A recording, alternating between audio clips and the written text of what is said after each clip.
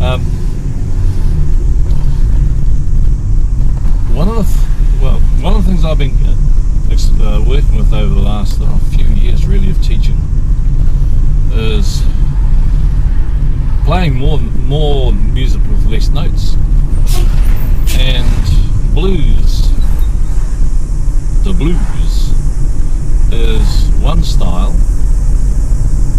of music for which this approach seems to work really well, and a style in which this approach is actually essential to good blues.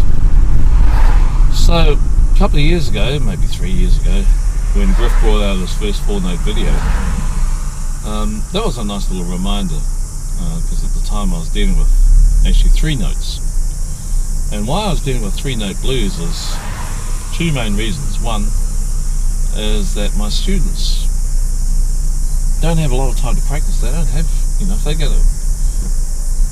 3 hours a week spare, they're doing really well. And I'm not talking just about adults here, I'm talking about kids as well.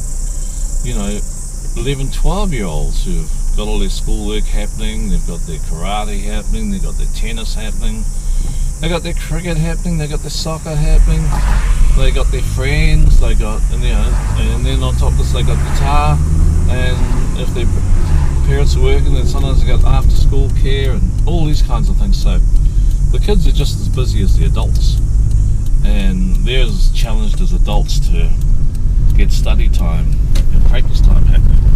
So I figured, let's just give them less to practice and less to learn. So I was dealing with 3-note blues, and out of that came a free course too for beginner guitar players, 3-note blues, and you can find out more about that at bluesguitarbeginner.com. But meanwhile, back to the 3 notes. So I'm working with these guys. I'm finding when there's only 3 notes, their playing happens quicker, and they got less to think about, and so it's easier for them to do. And then, of course, on top of that, if it's easier to do, then suddenly it becomes more fun. And so I've been developing this whole idea of 3-note blues. It's not necessarily an original idea, but it is one that I've been working with, and one that I think has got a lot of value. And judging by my students, it seems to be really successful. So that's one of the reasons why I do 3-note blues, is make it easy for my time-starved students to learn and practice. The second reason I focus on 3-note blues is because at the heart of the blues is really a triplet rhythm. Da ba ba da ba ba da ba ba da ba da ba ba ba ba da da ba ba da ba ba ba da. So if triplets are at the heart of it, we're really thinking 3-note phrases per beat. So there's an inherently blues reason why 3-note phrases are good. The third and related reason, might even look like the same reason, is that a lot of licks, you can build up licks from just 3 notes, 4 notes, 5 notes and so on. A lot of the licks I find easier to teach is basically a bunch of 3-note licks strung together.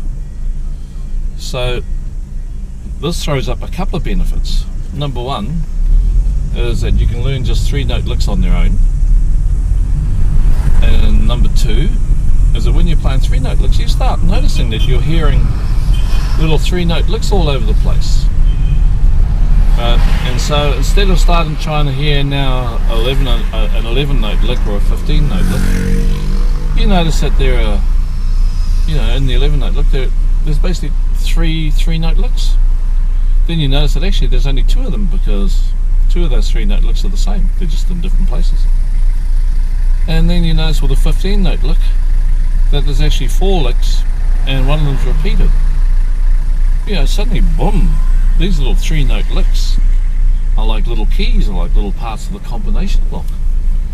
And you start nailing these little licks, and you start hearing them. So for a whole number of reasons. You know, little 3-note licks are definitely worth looking at. And I guess from the point of view of getting started, the great thing about 3-note licks is that they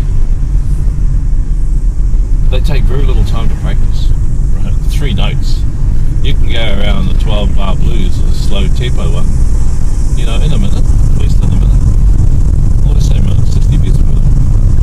You can go around the 12-bar blues in 48 seconds, playing a 3-note lick, once every bar. And boom, suddenly you've got some really, really, really powerful vocab. Actually, not just powerful vocab, but you start turning into this wonderful little blues conversations. Oh, here it is, Browning Street. So I'm just turning into home now, and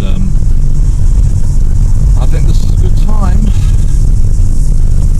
to end this little video. So I'm just going to indicate and pull into my drive and stop everything here. So thanks for watching, and we'll talk to you soon.